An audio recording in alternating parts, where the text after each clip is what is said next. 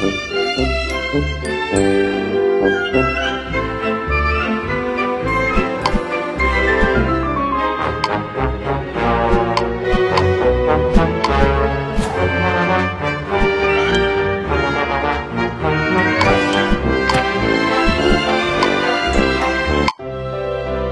morning, Jim. Morning, Jessica. What can I do for you? Well, my publisher and his wife are coming to visit, and I'd like them to experience an authentic Maine lobster dinner. I'm kinda short on lobsters at the moment, it being early and all. I'll have more by the end of the day, once the fleet's back in. Oh, dear. They'll be here by then. Tell you what, Peter Hammond's boat is still tied up at the dock. Why don't you go talk to him? Maybe he'll be able to sell you some straight off the boat. Good idea. Thanks, Jim.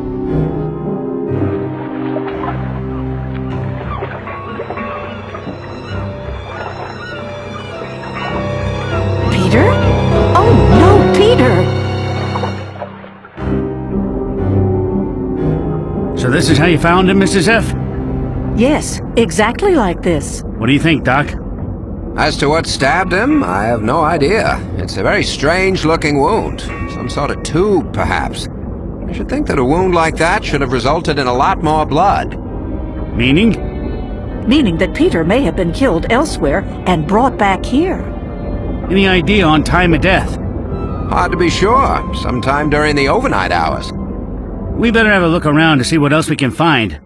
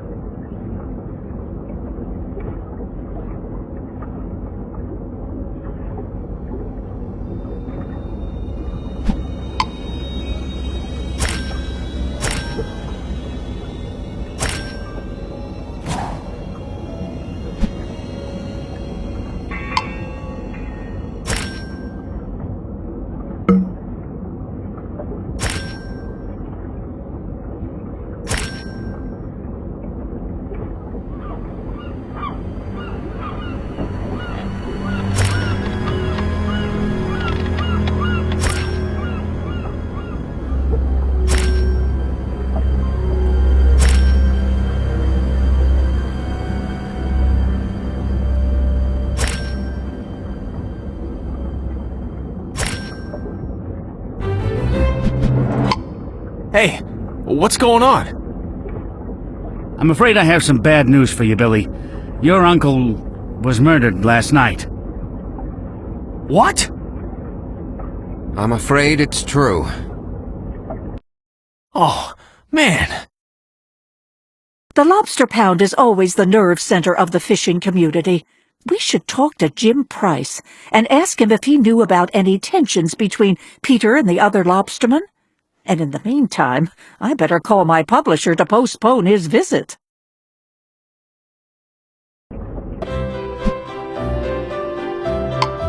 Hey there, Jim. Do you know if anyone had any disagreements with Peter Hammond? First person who comes to mind would be Andy Winters. He wasn't on friendly terms with Peter? More like unfriendly terms. In fact, they were downright hostile to each other. Know where we can find him? Sure, he's got a boat with the buoy and his colors mounted on top of the wheelhouse. I forget the name, but he left a picture of it around here somewhere.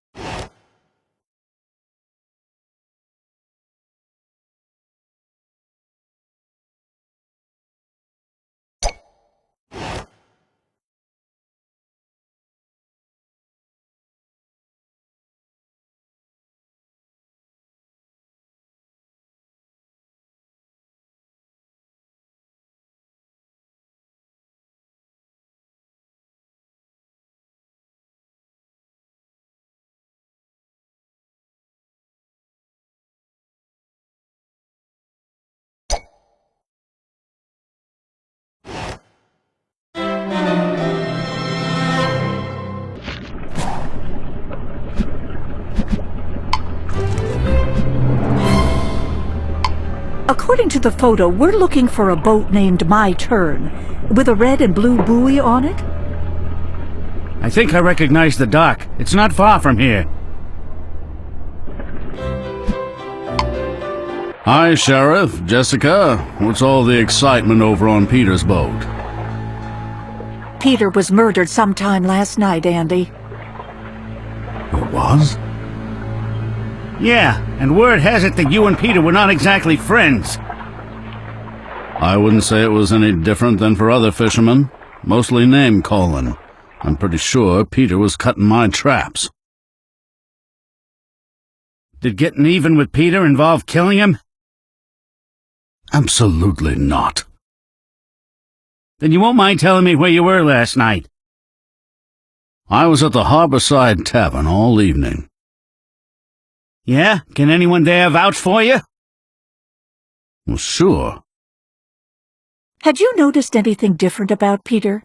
Had he been doing anything new recently? Yeah, he weaseled his way into some sort of cushy research gig with the Marine Research Laboratory. You make it sound as if earning some extra income is somehow cheating. When the rest of us are struggling to catch enough to earn a living, you can't blame us if we resented him, especially since Peter was having a better season than us.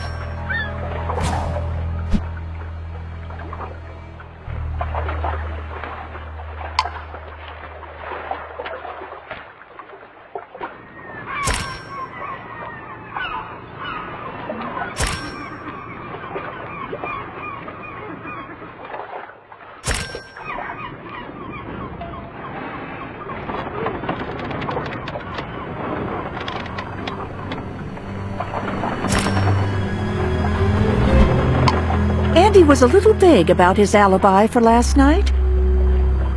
And he seemed bent out of shape that Peter landed a gig with a Marine Research Lab.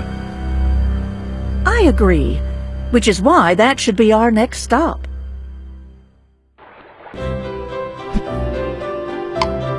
Sheriff, Mrs. Fletcher, come on in. I'm Greg Young. What can I do for you? Were you aware that Peter Hammond was killed last night? No! That's terrible. Was it an accident? I'm afraid not. Peter was murdered. He was working for you, right? Yes, he was.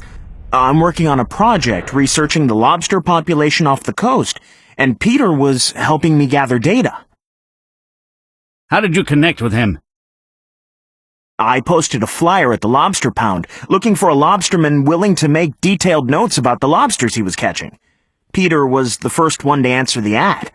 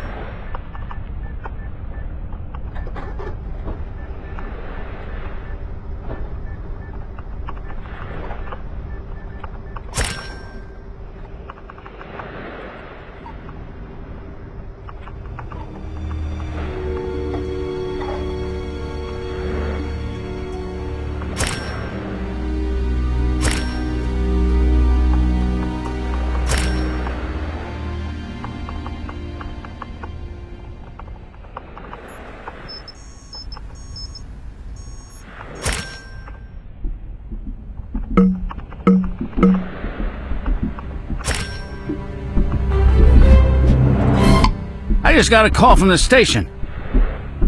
What is it? Billy Hammond says there's been a break-in on his uncle's boat.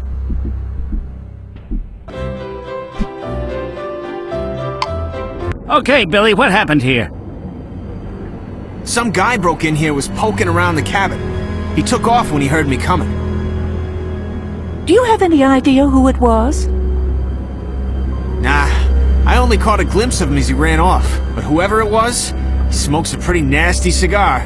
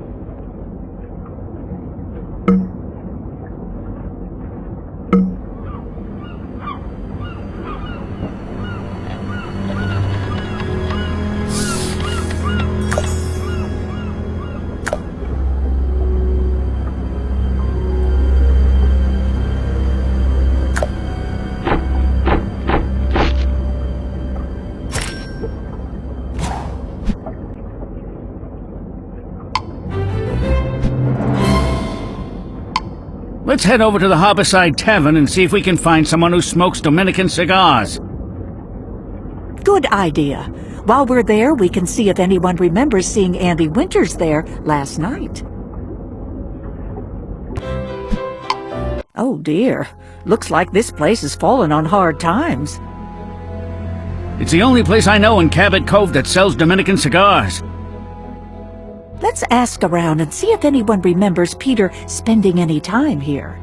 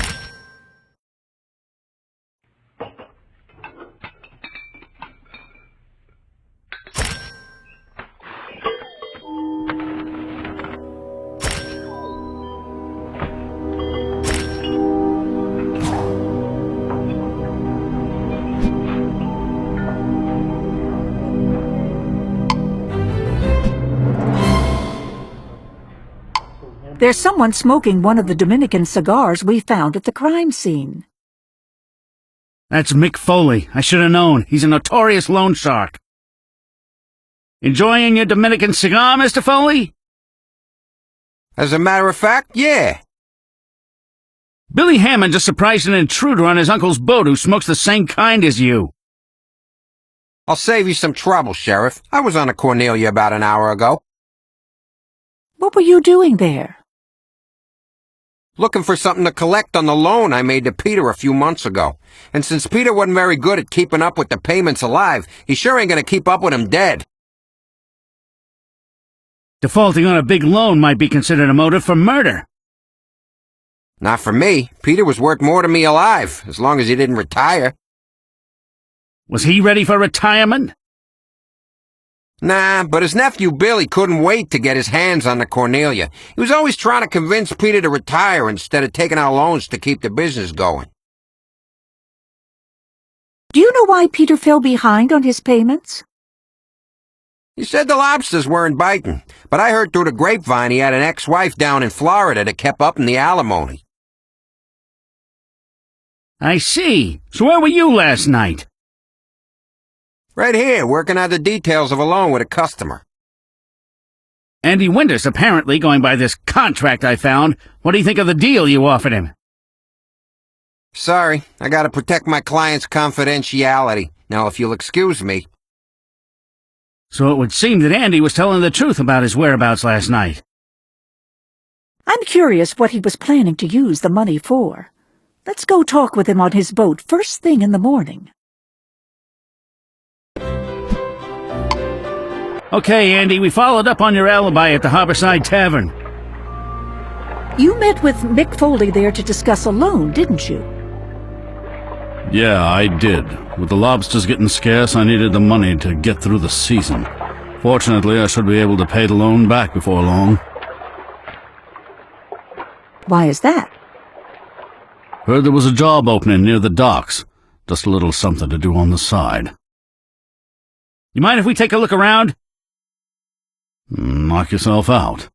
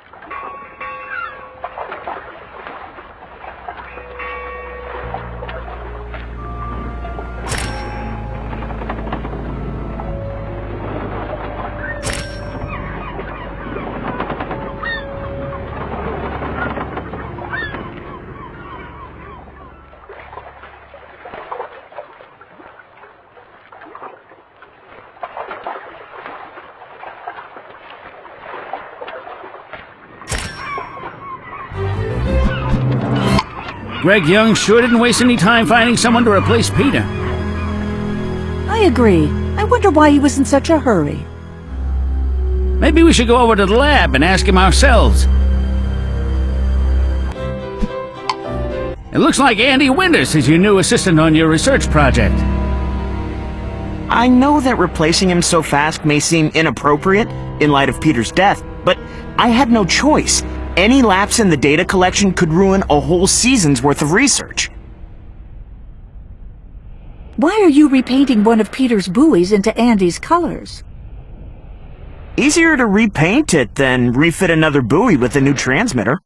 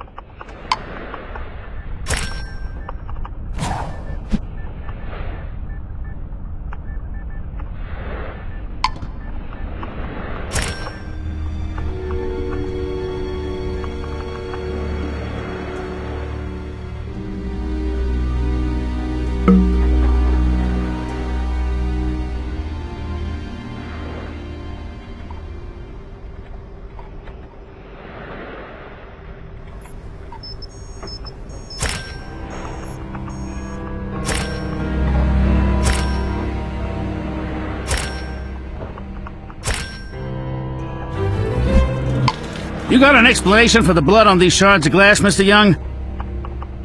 It's simple enough, Sheriff. I dropped a glass cylinder and cut myself when I went to pick up the pieces, and I have the bandage to prove it. So when was the last time Peter visited your lab? It had been a while. I usually went by his boat to pick up his data. I hope you don't mind, but I need to get back to crunching numbers. Blood on the floor and on a possible murder weapon? Seth certainly has his work cut out for him. I'll have him check the blood against Greg's to see if his story checks out. Sheriff, I'm pretty sure that Billy Hammond was here at the lab the night Peter was killed. If he has a good explanation for that, I'd like to hear it. Sheriff, Mrs. Fletcher, what can I do for you? You can tell us what you were doing at the Marine Research Lab the night your uncle was killed. What? I was never there. I'm afraid you were, Billy.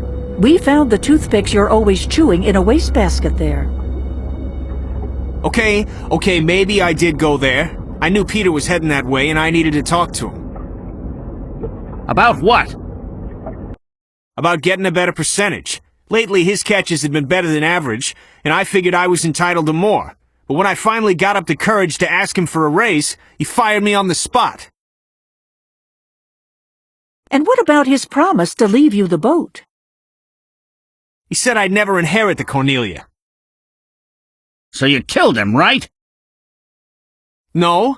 I mean, I lost it and knocked his lights out, but I sure didn't kill him. What happened after that? Nothing. I just left him there. I have no idea how he ended up back on the Cornelia. Sheriff, if what Billy says is true, then someone else stabbed Peter and killed him. Maybe so, but his motive is hard to ignore.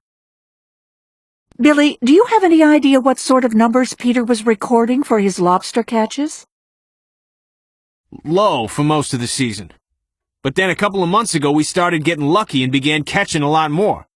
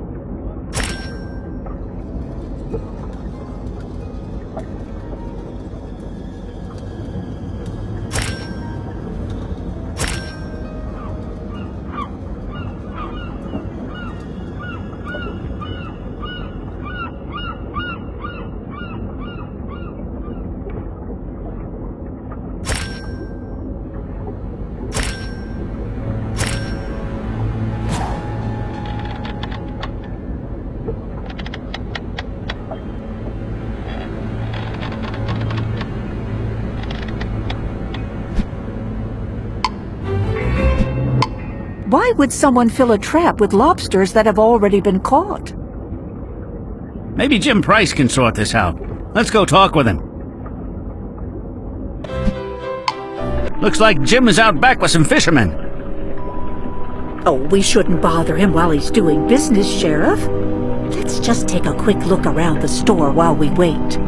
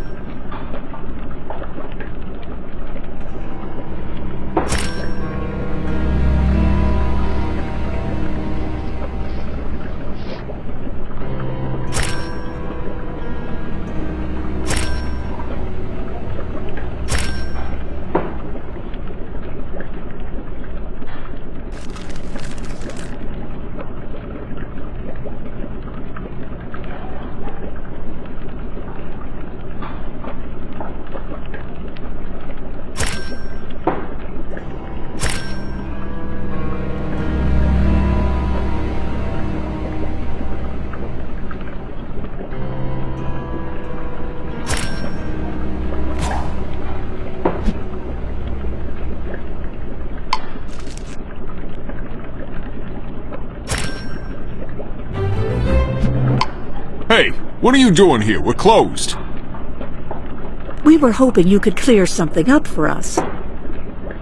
How's the lobster season been so far this year? Good. Best season we've had in years. But Jim, if the catch has been so good, why are your tanks nearly empty now? And why did you have so few lobsters yesterday morning that you sent me to Peter instead? Well, Speaking of Peter's catch, you got an explanation for how a lobster can get into a trap already banded with one of your bands?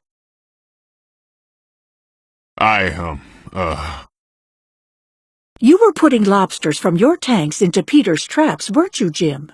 That's why you have that searchlight, to help you find his traps at night. okay, yeah, I was. It was costing me plenty, too, since I had to buy them back from him once he hauled them in. Why go through all that trouble? Because my business depended on it. Look, if the Marine Research Lab confirms that there are low numbers of lobsters being caught, the government's gonna start imposing limits on how many lobsters the guys can bring in. And that, in turn, would limit how many you have available for sale. So you stacked the deck. Well, that's one way to put it, yeah. I went out after dark, hauled Peter's traps, and stocked them with extra lobsters so that the numbers he reported to the lab looked good. Let me guess. Peter caught you tinkering with his gear, threatened to tell Greg you skewed the data, so you killed him.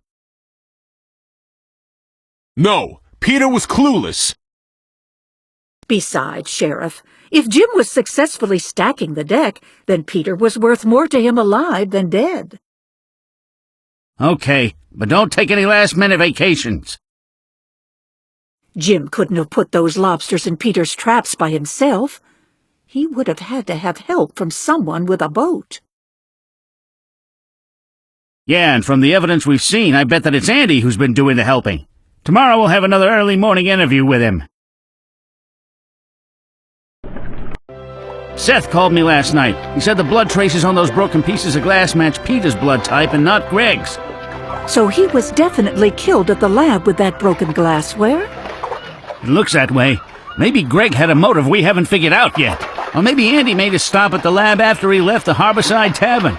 Or maybe he and Mick are covering for each other because they killed Peter together. Well, we can ask Andy about it right now. His boat is right over there. Oh, dear. Poor Andy. Looks like someone got to him before we did, Mrs. F.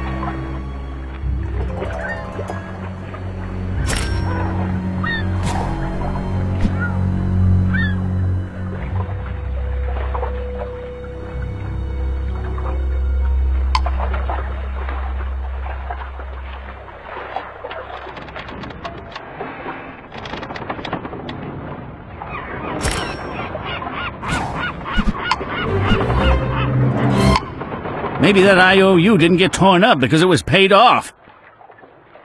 You mean it could have been torn up during an argument between Andy and Mick?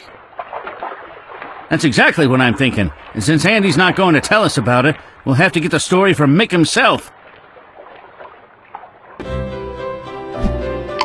Oh, not the two of you again. Afraid so, Mr. Foley. Another one of your clients was murdered last night. Who? Andy Winters. And we found the loan papers you drew up for him torn up. Well, naturally, he paid off his loan. And where'd he get the money to pay you back? Well, he told me he'd come into some diamonds. He asked me to come over to his boat to collect them. Aren't diamonds an awfully inconvenient form of loan repayment? My hunch was they were worth way more than the loan was, maybe twice as much. Anyway, with terms that favorable, I figured it'd be worth the extra effort. Where'd he get these diamonds? I didn't want to know, but I can tell you this. Andy was very much alive when we finished our transaction.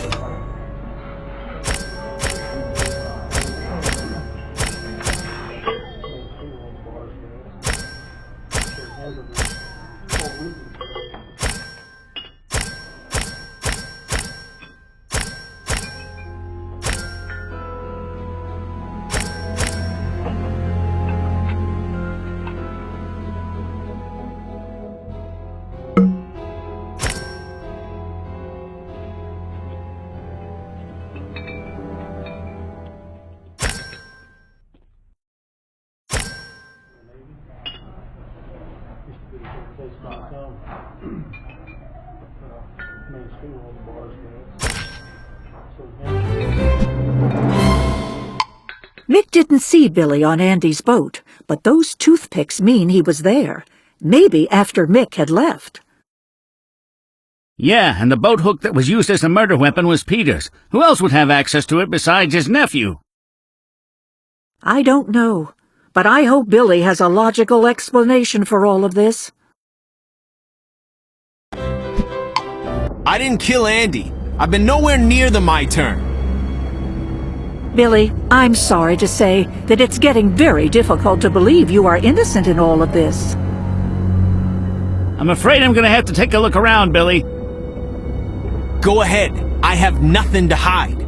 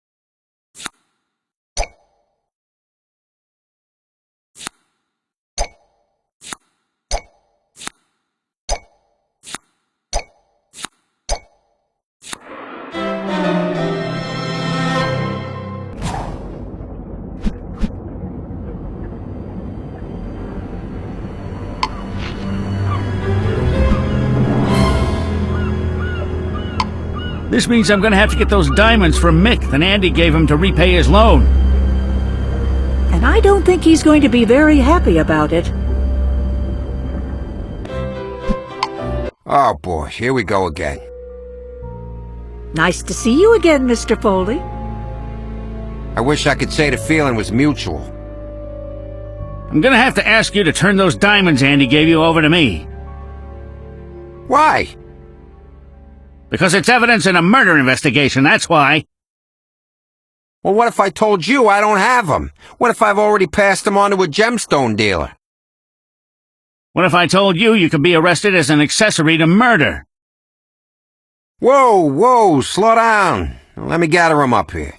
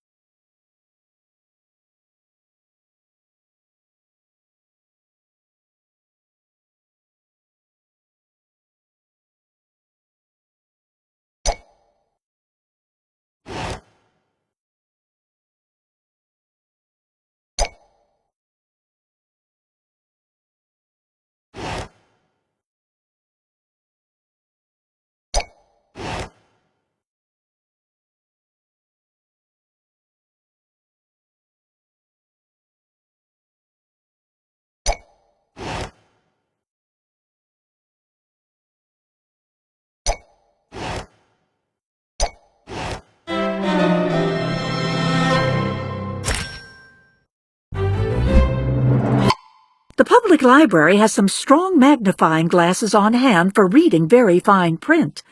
We should be able to use one to look for identifying marks on these diamonds. Then let's get going. Where do you suppose they would keep the magnifying glasses around here? This place looks like it's been hit by a hurricane. Well, it's just nice to see that our local library is getting a lot of good use. It's certainly not going to make our job any easier.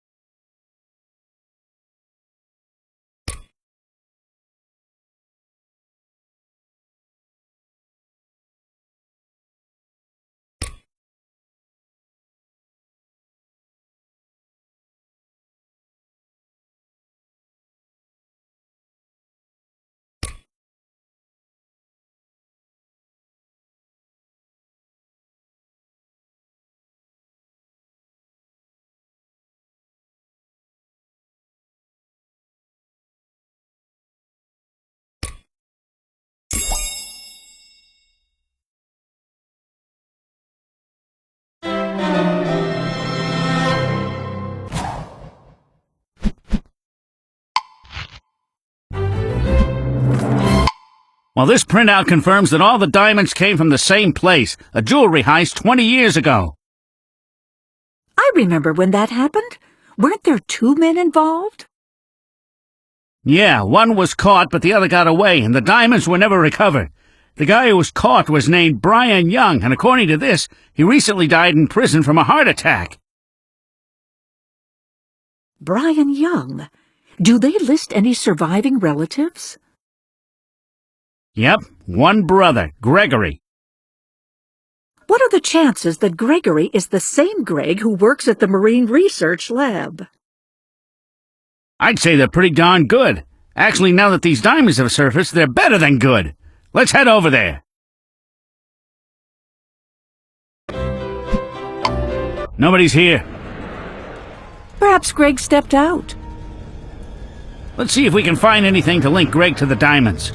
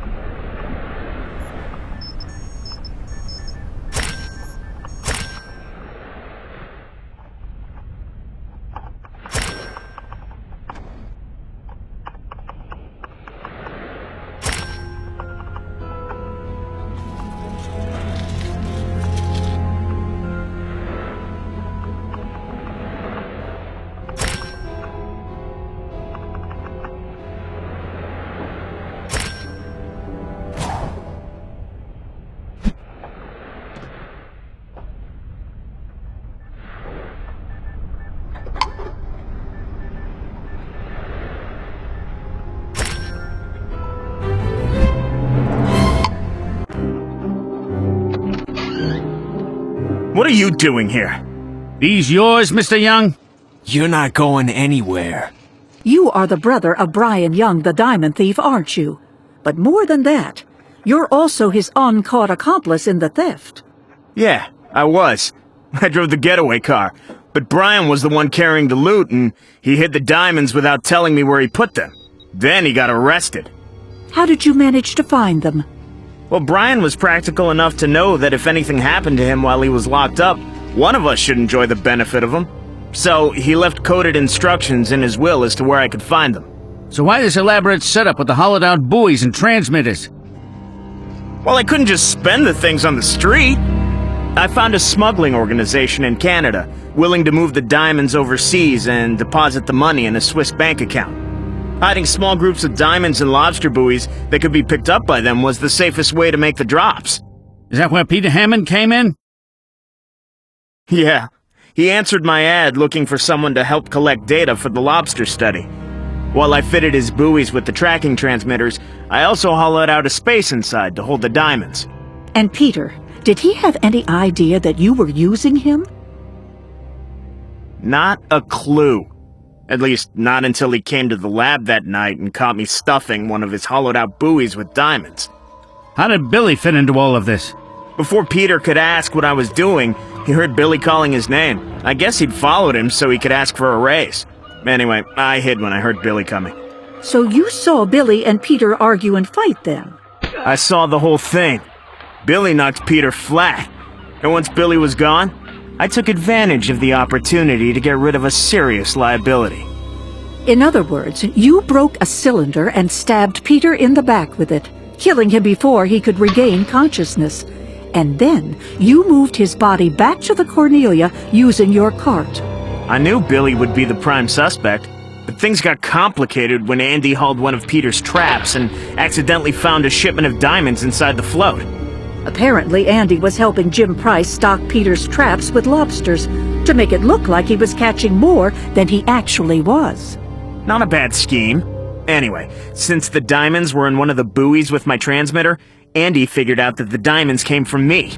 He blackmailed me into letting him take Peter's place here and get the diamonds for himself. He used them to pay off a loan.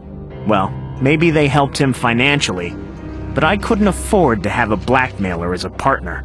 So you killed him with the boat hook from the Cornelia and spread some toothpicks around in hopes of redirecting suspicion at Billy Hammond. Unfortunately for you, you were the only logical killer. Greg, you're looking at a very long prison sentence. You might be able to get a shot at a slightly more comfortable cell if you help us go after your Canadian contacts. You sure you want to do this, Billy? It could be dangerous. My uncle died for this. Let's chart our course.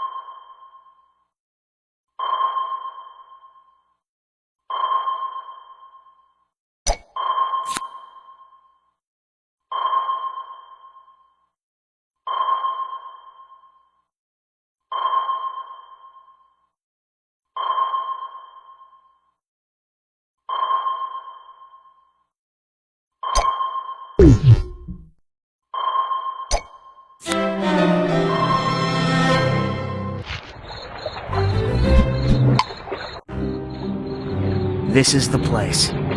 Okay, get that buoy ready to drop overboard.